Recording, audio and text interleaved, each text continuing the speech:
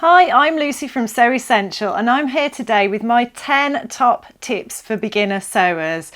Anything I talk about today in the video is available on our lovely website, and you'll find links to our website and all the products I mentioned below.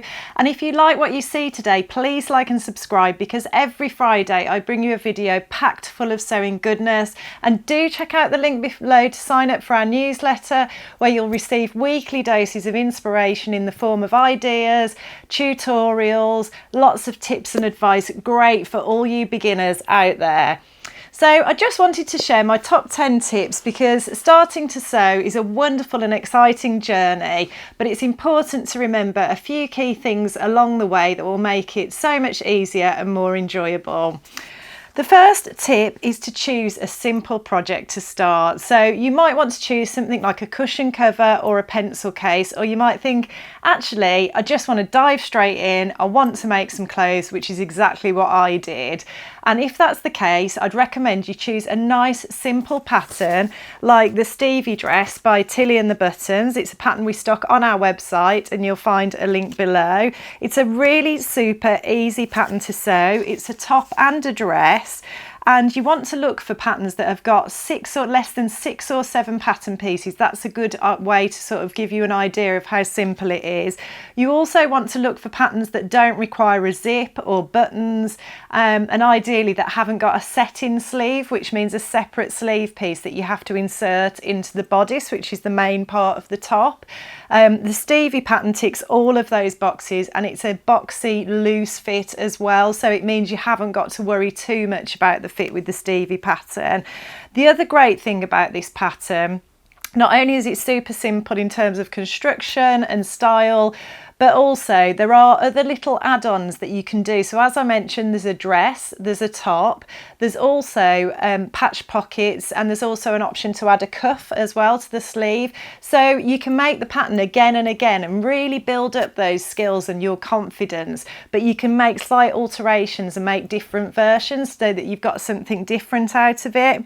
The other great thing about the Tilly patterns, a lot of them are designed for beginners and with beginners in mind. We've got the range on our website, I'll pop a link below, but they've got really good detailed instructions accompanied by colour photographs, and it makes such a difference having those colour photographs. A lot of sewing patterns will come with a line drawing, which is fine, and in all honesty I used those when I first started sewing, but a lot of people find that the colour photographs really bring it to life. So that's tip number 1. Tip number 2 is also to think about the fabric that you're going to use. So again, another positive of the Stevie pattern is that it can be made up in light to medium weight woven fabrics like cotton blends or linen blends.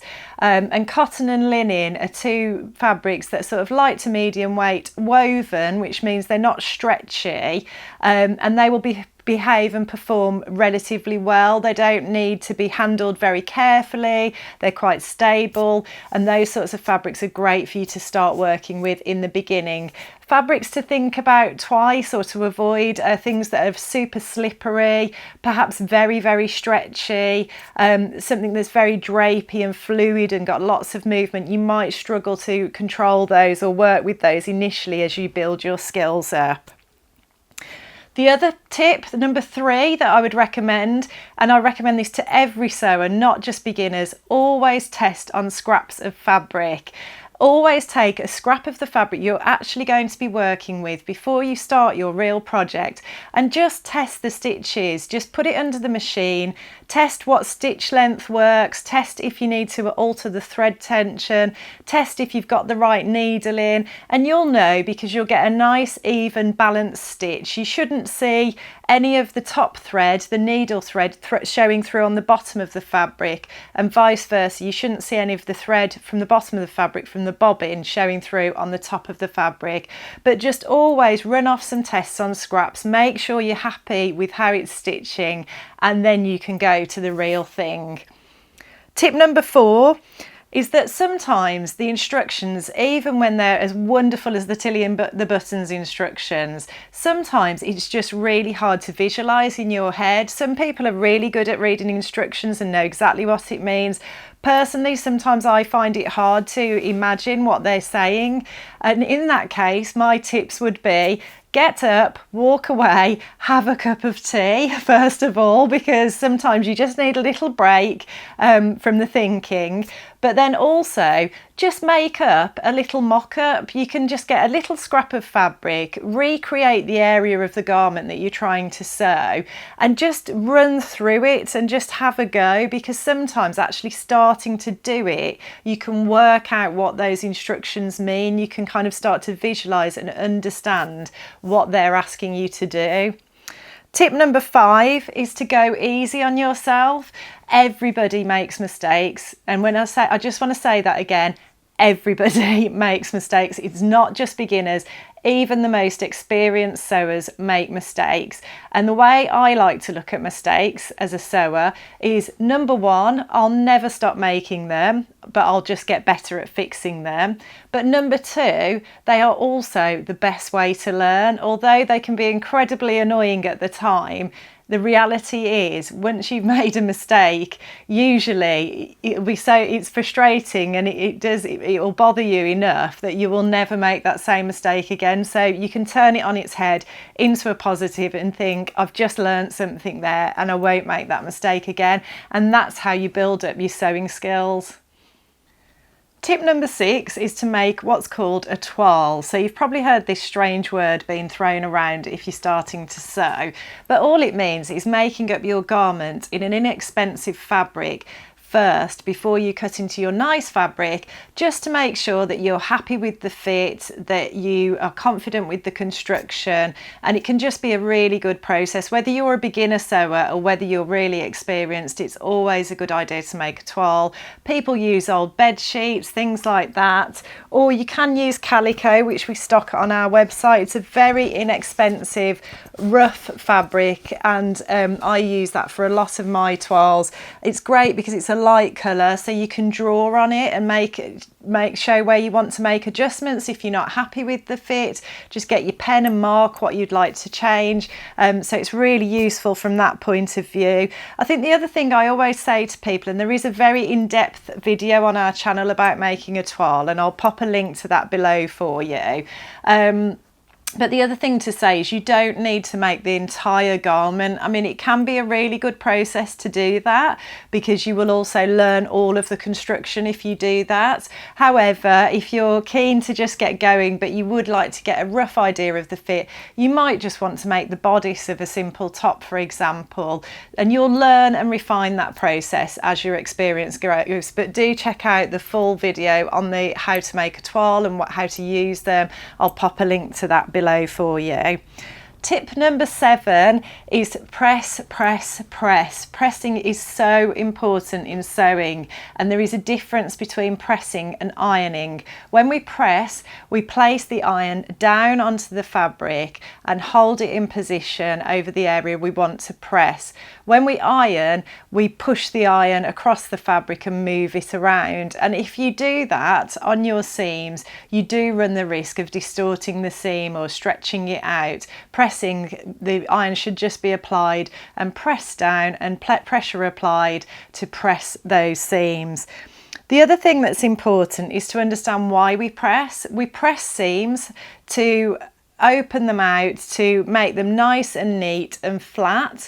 And if you don't do that, the finished garment just won't look anywhere near as good. The pressing is just as important as the sewing. It might not be as exciting as the sewing, but it is just as important. And the difference between a nicely pressed seam and a non-press seam is very dramatic, and you will understand why it is so important to press those seams. Also, press as you go along. Press each seam as you sew it, and never cross a seam that hasn't been pressed. So always press your seams before you sew a seam that will intersect and cross that original seam. Tip number 8 is to let the fabric feed through the machine. I've watched so many television programs where people, contestants in different shows are using a sewing machine and they're not a sewer. It's usually like an interior design program or something, and I see people pulling the fabric out the back of the machine, and I almost sort of wince and feel sorry for the sewing machine, because that's not the way they're intended to be used. The machine should just guide the fabric, should feed the fabric through for you. You need to place your hands on the fabric, but that is simply just to guide the fabric through and to keep it in the right position. You shouldn't need to push or pull the fabric through the machine, so let the machine do the work for you. Tip number 9, to try and achieve straight seams, one of the best tips I can give you is to either use a seam guide foot, if there is one available for your machine. I've always used a Husqvarna machine, and they can use a seam guide foot, and I use it now. I've been sewing for many years and I still use it all the time, because it's got little markings on it which enable me to get my seams absolutely spot on.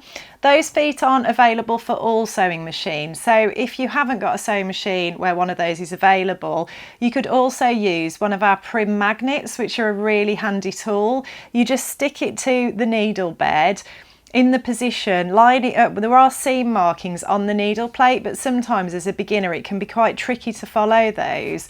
So you just position the magnet on the needle plate where you want the edge of the fabric to be, and then you can use that magnet as a guide again to sew nice straight even seams. If you haven't got either of those tools, you could always just put a rubber band around the arm of your sewing machine, or you could use a sticker perhaps, but it's always a good idea to have a bit more of a guide there rather than just the needle plate markings. And then finally, my last tip for you beginner sewers is to always use interfacing where it's recommended on the pattern. This is another step that can be really tempting to skip because it's pretty boring, but interfacing is a very fine, usually fine, I mean it comes in different thicknesses. Some of them can be ironed on, some of them have to be sewn on, but it's a fine fabric that will add some structure and stability to your main fabric. So you iron it on or sew it on to the wrong side of your main fabric, usually in places like facings, which are little pieces of fabric that finish a raw edge, like a neckline or an armhole sometimes. Or you might iron some interfacing onto the back of a waistband to stop it stretching out of shape and give it some stability and structure. But it could be really tempting to skip that step. But the difference between fabric that's been interfaced and hasn't been interfaced is really quite dramatic, and it will just give your garments the structure and the professional finish that you're looking for. So I hope you've enjoyed all of those tips today. I really hope that you have a wonderful time embarking on your new sewing adventure. We've got so much content on our channel and on our blog and on our website, so do stay tuned. Do follow us, do subscribe, because we give you so much information and we love holding your hand along the way on your new sewing adventure. I hope you've enjoyed that today. If you like what you see, please like and subscribe, and I'll look forward to seeing you next time.